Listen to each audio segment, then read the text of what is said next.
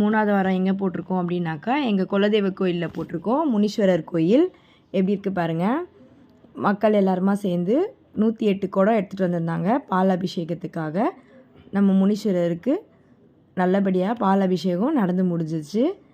இது நடந்துகிட்டே இருக்கும்போது பார்த்திங்கனாக்கா, சில பேர் வேண்டுதல் வச்சுருந்தாங்க. அந்த வேண்டுதலுக்காக கெடா வெட்டுறதுக்காக கெடா, கோழி இதெல்லாம் எடுத்துகிட்டு வந்து வெட்டியிருந்தாங்க. இதெல்லாம் முடிஞ்சதுக்கப்புறமா மக்கள் வந்து சாமி வர வச்சு பம்பை அடித்து அருள் வாக்கு கேட்டிருக்காங்க. அருள் வாக்கில் சாமி நல்ல வாக்காக கொடுத்ததுக்கப்புறமா பொங்கல் எல்லோரும் எடுத்துகிட்டு வந்த பொங்கல் எல்லோரும் சாமிக்கு படலிட்டு சாமி கும்பிட்டாங்க. நம்ம இதுக்கு முன்னாடி என்ன ஆச்சுனாக்கா, ராவு காலன்றதுனால அன்னதானம் பண்ணிவிட்டு சாமி கும்பிடணுன்னு அன்னதானம் போட ஆரம்பித்தாங்க. இந்த அன்னதானம் எல்லாருமே வந்து சாப்பிட்டு ரொம்ப திருப்தி அடைஞ்சாங்க.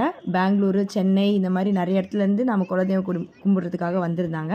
வருஷத்துக்கு ஒரு முறை கும்பிட்றதுனால கண்டிப்பாக எல்லாருமே குலதெய்வ சாமியை கும்பிட்டுருங்க, யாரும் மறந்துடாதீங்க.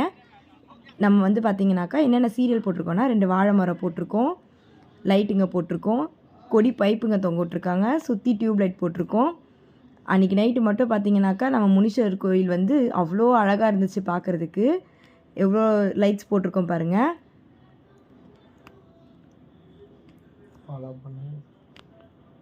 நல்லா இருக்குங்களா? முனீஸ்வரர் கோயிலே நமக்கு நைட்டில் பார்க்கும்போது எவ்வளோ அழகாக கம்பீரமாக இருக்கார் முனீஸ்வரரை பார்க்கும்போது. அன்றைக்கி நைட்டு பார்த்தீங்கன்னாக்கா டிஜே போட்டிருந்தாங்க.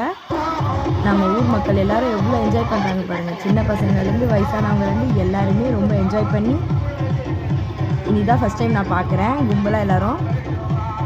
மறக்காமல் விநாயகர் ஆடியோஸை சப்ஸ்கிரைப் பண்ணுங்கள், லைக் பண்ணுங்கள், கமெண்ட்.